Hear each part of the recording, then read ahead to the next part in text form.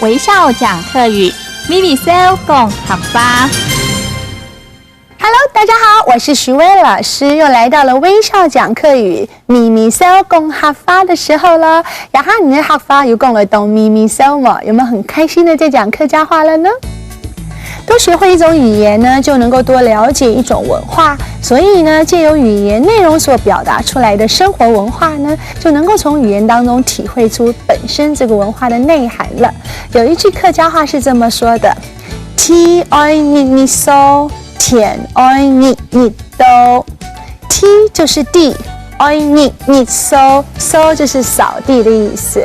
然后呢，田就是田呢，爱你你倒。每一天都要来看它，来拔草，所以呢，耕田的农夫得是最勤快的了。所以呢，我们说要很勤劳，而且要有恒心，才能够成功有所作为哟。像如果说当学生的，一天到晚只知道搞，什么叫做搞？搞就是客家话的玩耍的意思。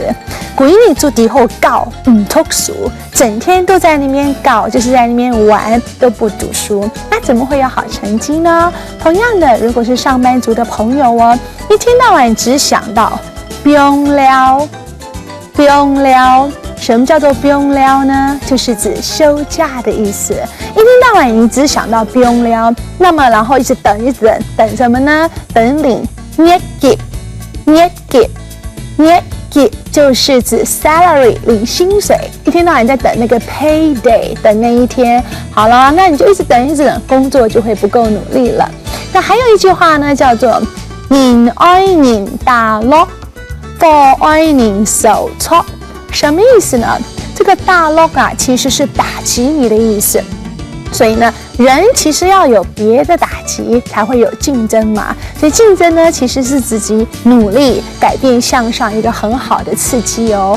那么，所以呢，客家话的这句话记得喽：天愛你你掃，田愛你你倒。同样的呢，人愛人打落，貨愛人受挫。每天别忘了要开口说哟。这段时间过得好快哦，我们微笑讲客语呢也已经播出相当长的时间了，相信你在客语呢应用跟文化呢都有一些了解咯。不要忘记了 practice makes perfect， 你要多 practice， 每天要运用您学到的客家话。唔記得到，我是徐薇，再见哦，张磊了哦。行政院客家委员会策划，